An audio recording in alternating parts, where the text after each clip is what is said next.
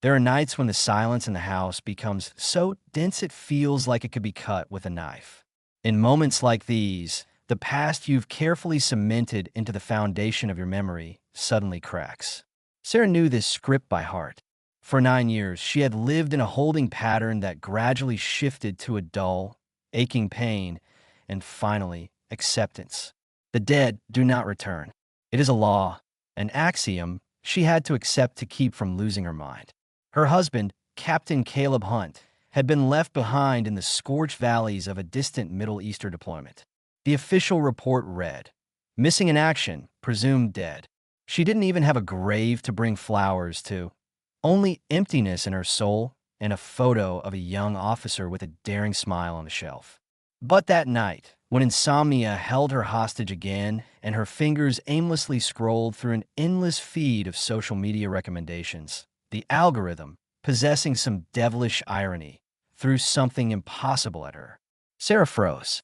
The phone screen illuminated her pale face, and her heart seemed to skip a beat before fluttering in her throat like a trapped bird.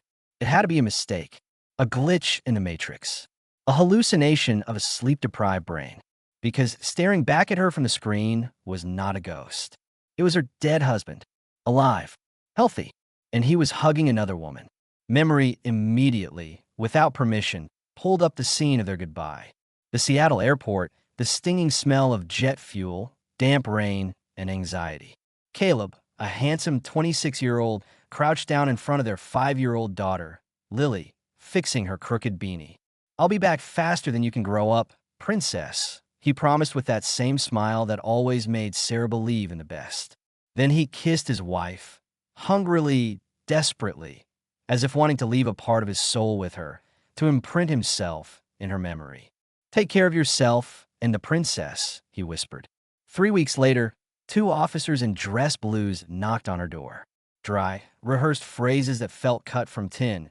Ambush, heavy fire, massive explosion, no survivors found in the sector. His body was never recovered. For 9 years, Sarah lived for her daughter, worked herself to the bone, forbidding herself to hope because hope, in her case, would have been poison. She became the hero's widow, a woman with a frozen gaze who had forgotten how to dream. And now, this profile. Audrey Sterling, New York. Happy mom and wife. The photo showed a beautiful, well-groomed brunette with a soft smile. And standing next to her, in an expensive cashmere coat he never owned, was Caleb. A little gray at the temples, with wrinkles around his eyes. But it was him. The set of his shoulders, his strong jawline, his steel gray eyes. He was holding a little boy about 4 years old, and they were both laughing, sincerely, happily. The caption read, "Another perfect weekend with my beloved Mason and our Maxim. Love you more than life." "Mason," Sarah whispered. The stranger's name burned her lips like acid. The phone slipped from her trembling hands onto the blanket. Caleb was alive. He was living in New York, in luxury and happiness, while she and Lily counted pennies, mourning his death. The first reaction was shock, paralyzing her will. The second, rage. Did he abandon them? Did he fake his death to escape the mortgage, the daily grind, her? Thoughts raced through her head like frightened animals in a cage. Sarah couldn't take it and woke her daughter. 14-year-old Lily, looking at the photo, didn't cry. A child of the digital age, she immediately sat at her laptop, turning into a cold-blooded detective. "Mason Sterling," she read after an hour of searching, her voice trembling. "Founder and CEO of Sterling Logistics. Office on Wall Street. Mom, he's very rich. He's in business magazines. It says here he's a self-made man. Came from nowhere, started from scratch." By morning, Sarah was on a flight from Seattle to New York. She didn't know what she would say or do. A volatile mixture of love, hate, and a thirst for the truth boiled inside her. She had to look him in the eye. New York met her with cold rain and endless traffic that felt like a maze leading to a minotaur. The Sterling Logistics office was in a gleaming tower of glass and steel piercing the low sky. It was a temple of success built by a man who had erased his past like an unneeded file. Sarah didn't dare go in right away. Fear paralyzed her. Instead, She found their home address, an elite gated community in the Hamptons. Lily helped with the GPS location using open data from that woman, Audrey's, social media. Sarah rented a car and sat outside the high wrought iron gates of their house for 3 hours, feeling like a spy behind enemy lines. And finally, she saw them. Mason, or was it Caleb, came out into the yard with little Leo. He was in casual clothes, relaxed, calm. He was teaching the boy to kick a soccer ball. His laugh, that same deep, familiar laugh Sarah heard in her dreams, drifted to her across the street and broke her heart completely. Then Audrey came out onto the porch with a blanket. Caleb walked over to her, hugged her waist, kissed the top of her head. It was idyllic, a scene from a movie about a happy family where there was no place for Sarah and Lily. Suddenly, the ball, kicked by a child's foot, flew over the fence and rolled toward the road. Caleb, laughing, ran after it. He opened the gate, stepped on the sidewalk, bent down for the ball, and, straightening up, accidentally looked up. Their eyes met. Sarah stopped breathing. There were about 30 feet of asphalt and a chasm of 9 years between them. She waited for recognition, waited for fear, shame, panic. But in her husband's eyes, there was only polite detachment and mild confusion. He glanced over her as if she were empty space or a random passerby, frowned as if trying to recall a forgotten dream, and turned away. "Daddy, are you coming?" The boy shouted from behind the fence. "Coming, champ," he replied and walked away, closing the heavy door to his perfect life behind him. He didn't recognize her. It was worse than betrayal. It was complete, absolute oblivion. She didn't exist to him. The next day, gathering the remnants of her pride into a fist, she went to his office. She introduced herself as a major client from the West Coast. The receptionist, assessing her stern appearance and confident tone, let her through. When he entered the conference room, in an impeccable suit, smelling of expensive cologne, Sarah realized how much he had changed. This was the confident, tough businessman Mason Sterling, not her cheerful, simple Caleb. "Good afternoon." He extended a hand with a professional smile. "How can I help you?" Sarah ignored his gesture. She stood gripping the back of a chair to keep from falling. "What is your name?" she asked in a trembling voice, looking straight into his pupils. He was surprised but remained polite, though the smile slowly slid from his face. "Mason Sterling." "Excuse me, do we know each other?" "You look agitated." "Your name is Captain Caleb Hunt," she said firmly, enunciating every word. "You're a Special Forces officer in the U.S. Army. You have a wife, Sarah, and a daughter, Lily, in Seattle. You went missing 9 years ago in the Middle East." Mason froze. A painful mental struggle reflected on his face, as if an old mechanism was trying to turn with a screech. Somewhere deep in his eyes, a shadow flickered, a flash of pain, fear, déjà vu. He grabbed his temple, swayed. I don't know you," he whispered, but his voice failed him, sounding uncertain.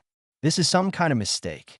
But I often dream of rain, and the smell of jet fuel, and a girl with a red ribbon." Sarah saw his genuine confusion, his white-knuckled grip, and realized he wasn't lying. He really didn't remember. Amnesia, a consequence of that terrible explosion mentioned in the report. He wasn't a traitor. He was a victim. She couldn't say another word. Pain, pity, and love overwhelmed her. She turned and ran out of the office, choking back tears, while he watched her go in confusion. That evening, a difficult conversation took place in the luxurious Sterling home. Mason was not himself after the strange woman's visit. He paced from corner to corner, unable to find peace. Finally, he stopped in front of his wife and asked, "Audrey, do you know who I was before we met in the field hospital? Tell me the truth." Audrey went pale, the cup in her hands clattering against the saucer. She knew. She always knew this day might come. 9 years ago, working as a volunteer nurse in a field hospital, she had nursed a shell-shocked soldier with no ID tags. His face was burned. He remembered nothing, not even his name. She fell madly in love with him, with his strength, with his helplessness. And when he started to recover, she got scared. scared that he would remember someone else, a family, children, and leave. I told you that you were an orphan, Audrey admitted, sinking to the floor and covering her face with her hands. That you were a foster child, that we met before your deployment. I created a new biography for you. I gave you the name Mason. I was so afraid of losing you. Mason listened to her in silence. His world was collapsing like a house of cards. His entire life, his name, his business, his happiness, everything was built on the lie of a woman who loved him too selfishly. Sarah didn't destroy their family. After spending a sleepless night in a hotel, she realized the main thing. The Caleb she loved was gone. There was Mason Sterling, who had a son raising up, who needed a father. Destroy a child's life for the sake of her past. She couldn't do that. Before leaving for the airport, she called a courier and handed over a box for Mason Sterling. Mason opened it in his office with trembling hands. Inside were old photos, their wedding, where they were so young and happy, bringing the tiny bundle home from the hospital, a picnic by the lake among the trees. And a letter. Caleb, I don't want to break your life. You have a son. He needs a father. Lily and I survived. She grew up smart and strong. Don't blame yourself for anything. You didn't betray us. The war just stole you, and fate decided otherwise.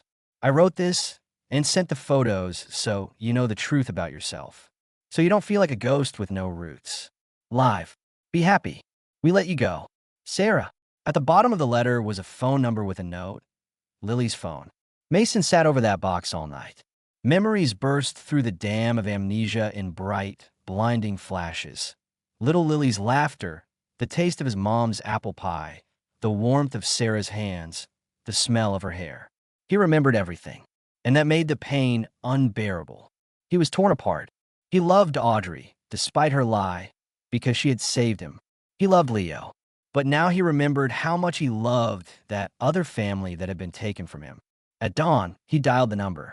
The ringing seemed endless. Hello, a guarded teenage voice answered.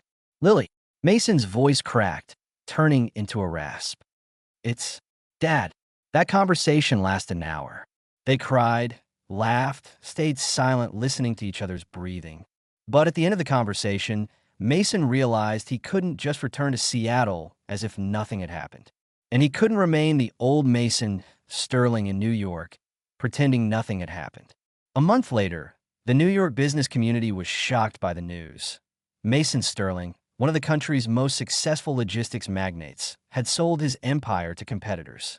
The deal sum was colossal. He did what his officer's conscience, which had awakened along with his memory, told him to do. He divided the money into 3 equal parts. One transferred to Audrey's account, securing her and Leo for life. But he filed for divorce, unable to forgive the lie that had lasted for years. The second part he sent to Seattle, in the names of Sarah and Lily, providing them with the future they had been deprived of. He took the third part for himself. He wrote farewell letters to both women. He explained that he couldn't choose one without betraying the other, that he was a man with 2 lives, and both were now destroyed by the truth. He needed time to understand who he really was, Caleb Hunt or Mason Sterling. He moved to a small cabin in Montana, in the middle of nowhere, where there was no internet, no offices, and no prying eyes. There, among the eternal mountains and ringing silence, a man with 2 names and 2 destinies tried to put himself back together, shard by shard. The story of Caleb Hunt is not a fairy tale with a happy ending where the heroes ride off into the sunset holding hands. It is a story that war does not end with the last shot. It continues in the hearts of those who survived but lost themselves. But now he knew the truth, and his children, Lily in Seattle and Leo in New York, knew they had a father who loved them more than life, wherever he was. Thank you for listening to the story until the end. Don't forget to leave your opinion about this story, subscribe to the Unbelievable But True channel, and share this video with your friends and loved ones. This motivates us to continue working on new stories. Don't miss the next amazing story that is about to appear on your screen. We're very grateful to you for being with us. In the description below this video, you can open a catalog of all the stories. See you soon.